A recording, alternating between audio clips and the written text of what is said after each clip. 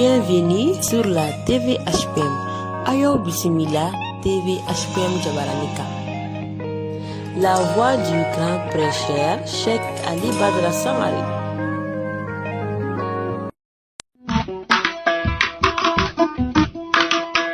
La vie de nous ya zanata, la vie de nous ya zanata.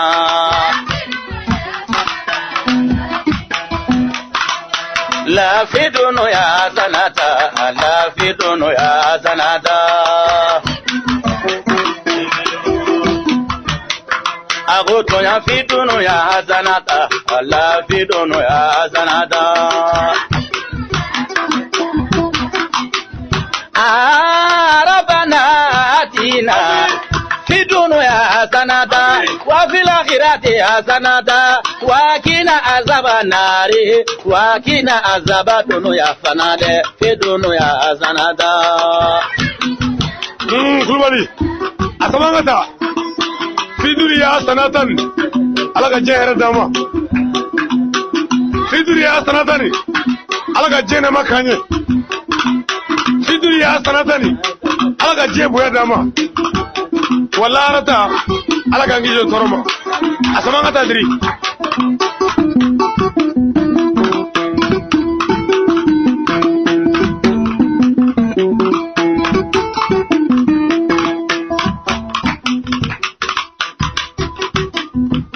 ala dunya fidunu ya sanata ala fidunu ya sanata.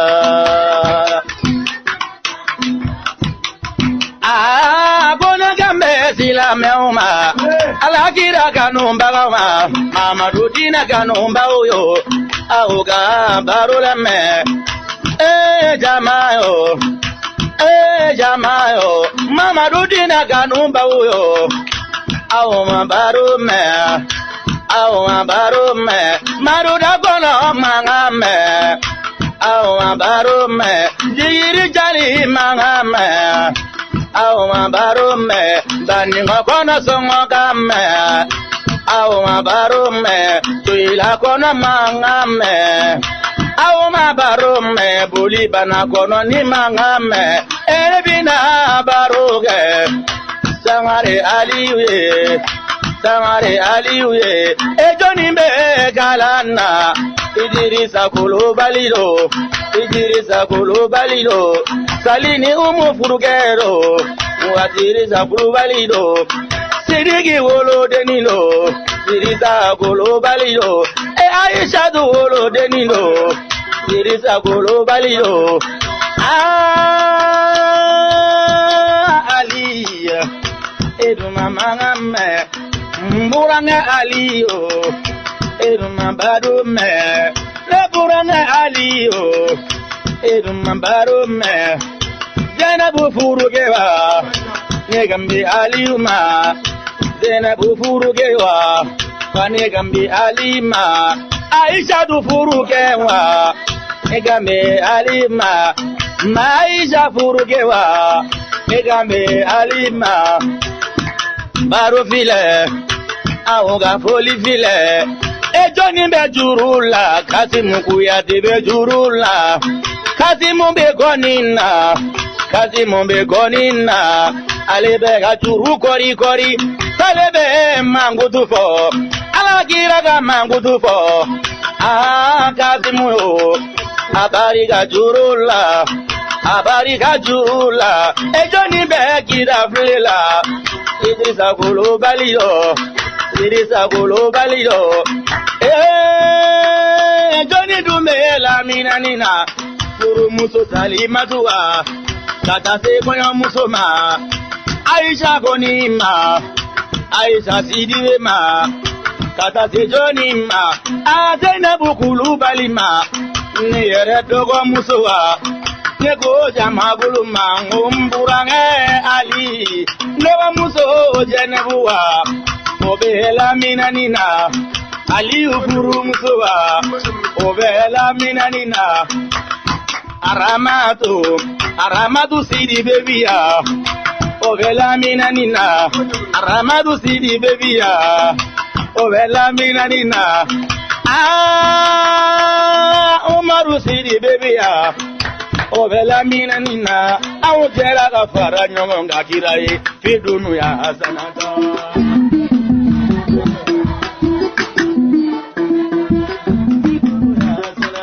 Allah fidunu ya hasanata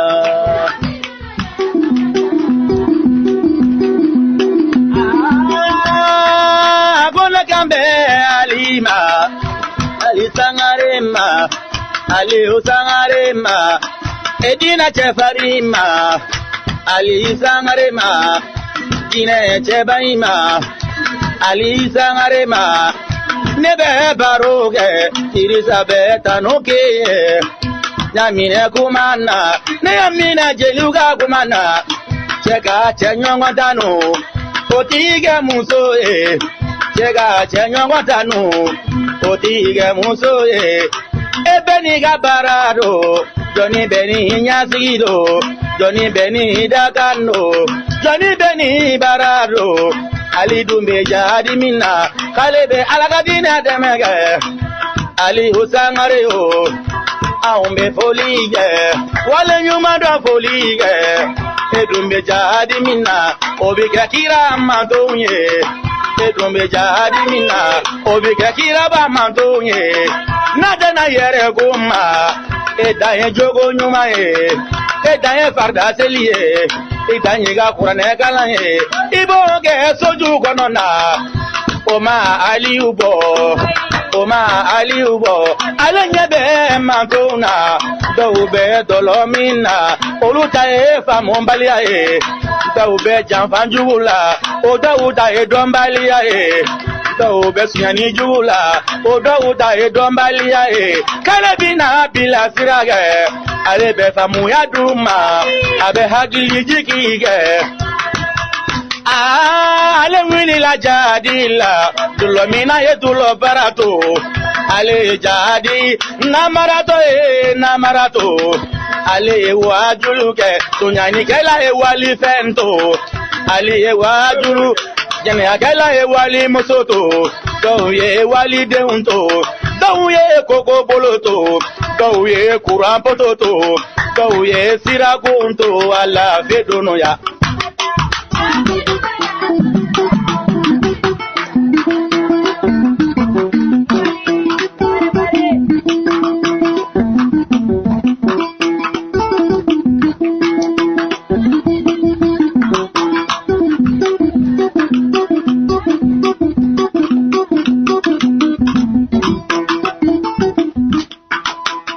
fidono ya sanata ala fidono ya sanata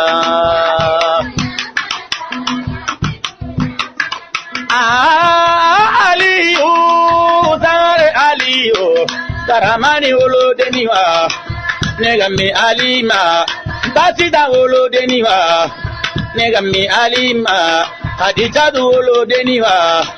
negami alima bahawa dengero negame alim sidibe hawa wolo deniwa negame alima banyama balima gewa negame alima benge balima gewa negame alima yaya balima gewa negame alima basira koro gewa negame alima la fedono ya zanada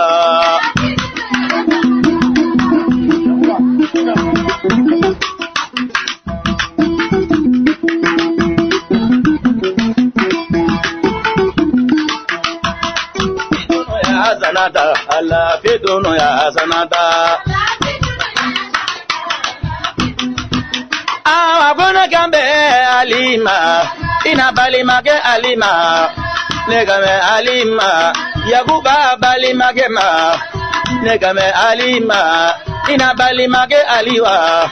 negame alima dragoro jedala aliyo negame alima bolo bugula aliwa negame alima fana dugula aliwa negame alima juila kauka aliyo negame alima belego kauka aliyo negame alima ala aliwa wasolonga uga aliyo negame alima kujala kauka aliyo negambe alima negambe alima gina jadi aliyo negambe alima haidara ga aliyo negambe alima tijani ga aliyo negambe alima badara ga aliyo negambe alima sirifi jengu kanu mbagawa negambe ali shegana hamaula ga aliyo negambe ali sebo hamaula ga aliyo negambe alima egijija alaga barala egijija alaga barala egijija kurane aga egijija hadisa ayaga aliyo tinya fo tinya tiluye tinya fo alaga jonye tinya fo alaga jonye iga sabalide iga sabalide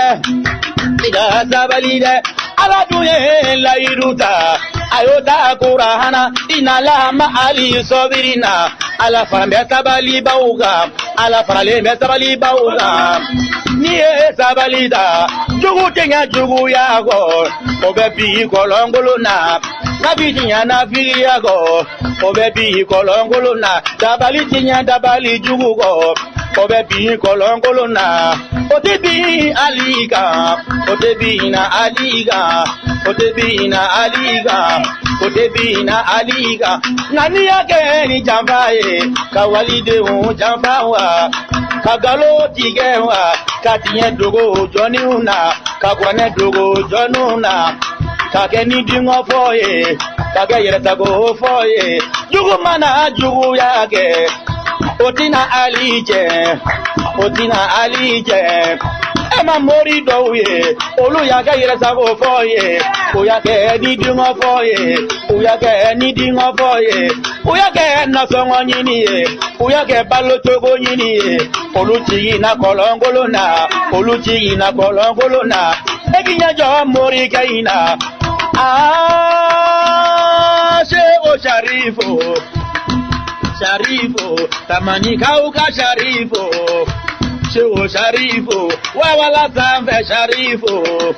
Sheikh Sharifu masala kauka Sharifu Sheikh Sharifu segela kauka Sharifu Sheikh Sharifu aiseme fama alala ka alaga tinyefo agona gera saya ale peremega saya kononde nagera bomu ale bido bomu konona ubichenga chinyongomve alaka dinena nagera marifa ale bido marifa kisega ubichenga chinyongomve alaka dinena aiseme fama alala ala edemenge ayoke Sharifu ayoka ungabani wa ala ye minge bani obe fama ala fe fema bo magazena ni jiga fama ala ye ebiti me haidara gafana keduno ya sanada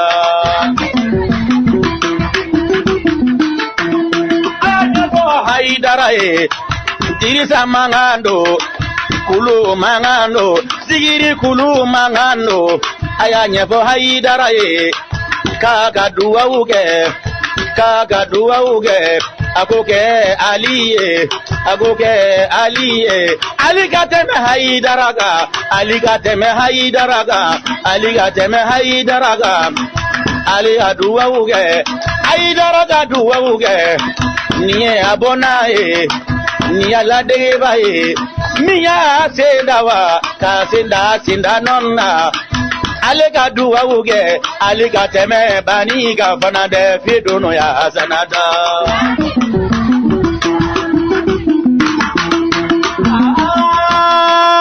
nagina bo kumana kuma dadugu gama manyina furumuso ugo jena bukulu baliwa ali furumuso wa jena bukulu baliwa ali furumuso do Aisha mba Aisha sidibewa ali furumuso do kona muso Aisha wa ali furumuso ena yere batogo mawa negame Aisha ma furu musolo karamoga furu musolo doni mega furu musolo aude tamasiye e bolongo ni tamasiye aye tamasiye bolongo ni tamasiye aude tamasiye bolongo ni tamasiye ntamanyare ya iri majoya kado bugula ya kado bugunina aude gara tamasiye retrogradi makera ya kado bugunina ya aliyo kalante aliyo nagera kalango e karamogo caman bɛ kado bugu ya nagera kalango ye doni bɛ caman bɛ kado bugu ya u bɛ kurahana fɔ u b'a fɔ ɲɛ ɲuman kan u b'a fɔ ɲɛ jugu kan kalan tɛ barika don ko in bɛ barika bolo ni ma kalan kɛ n'ala y'i sɔn barika la i bɛ tɛmɛ kalankɛbaw kan i b'i kalan da i bɛ tɛmɛ kalankɛbaw kan jɛnɛbu yo a y'a to dɔ kalankan in na ala Aisha to a y'a to dɔ ni kalankan in na ala ye aw bɛɛ cɛ kelen ma furu yɔrɔ kelen ma cɛ bɛɛ ye cɛ ye dɛ n'aw bɛ na dɔnnibaga ma a y'a janto a danbe la a y'a janto a ka baara la dɔnnibaga muso o danbe tun tɛ mankan kolon ye a y'a danbe kɔlɔsi a danbe tɛ mankan ye a y'a joga a danbe gɔni na a danbe tɛ mankan caman ye a y'a jija danbe la aw danbe tɛ kɛlɛ jugu ye a y'a jija danbe la aw danbe tɛ disabila ye a y'a janto a danbe la danbe tɛ fini lankolon don ye a y'a janto a danbe la karamɔgɔ ka danbe la a danbe tɛ yaala jugu ye daga yɔrɔ bɛɛ wa o tɛ ɲɛ karamɔgɔ muso la dalaminɛ wa o tɛ ɲɛ karamɔgɔ muso la karamɔgɔ dalaminɛ wa o tɛ ɲɛ karamɔgɔ muso la kalandenw sigilen ɲɛna k'i sago fɔ karamɔgɔ ma o tɛ ɲɛ karamɔgɔ muso la kanubaw sigilen ɲɛna karamɔgɔ dɔgɔya wa o tɛ ɲɛ karamɔgɔ muso la ne bɛ fɔ furumuso ye Aliyu furumusow ye a y'a jija ɲɔgɔn kanu na mɔgɔw bɛ don ka bɔ la u bɛ jateminɛ kɛ u bɛ kɔlɔsili kɛ ko ne taara Aliyu ka so furumuso fila b'a kun olu tɛ bɛnna abada aw dun ka jugu jateminɛ jugu sago kana sɔrɔ dɛ n'aw dun ye mɔgɔw ye aw ka kɛ tolo ni yɛlɛ ye jugu bi malo senkɔrɔ jugu bi malo ɲinibaga jugu bi malo lajɛbaga jugu bi malo kɔlɔsilikɛla jugu bi malo nin bi fɔ la Aisha to ye Aisha ni Zainabu ye aw bɛ ɲɔgɔn kanu na a ye dɔ fara ɲɔgɔn kanu kan aw bɛ ɲɔgɔn bonya kɛ a ye dɔ fara ɲɔgɔn bonya kan fana dɛ fe do nɔ ya sanata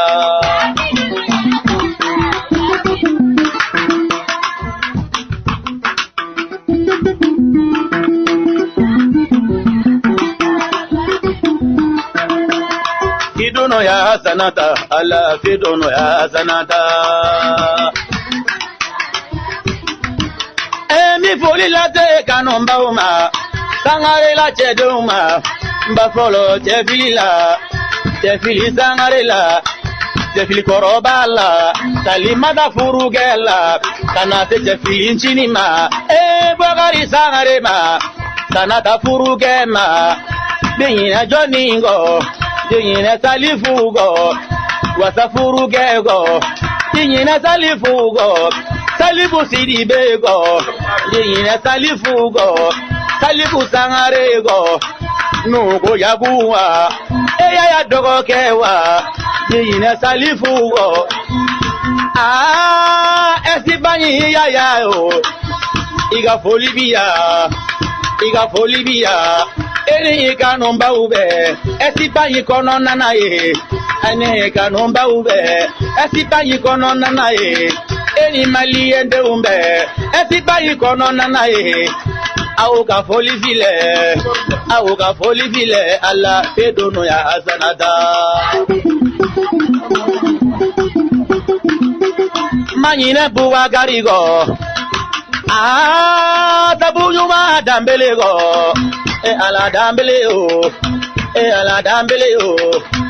ala dambele o ne ba nyini fama ala be ala ka ne so million chamana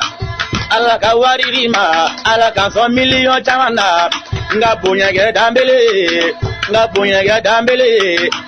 bwagari dambele manyine bwagari go tinyine sabunyuma go tinyine garamugo no dambele garamugo wa tinyine bwagari go irigo na garamugo go tinyine dambele baseri ba garamugo go tinyine dambele zigiri la sana garamugo go tinyine dambele go bada fedo no ya sanata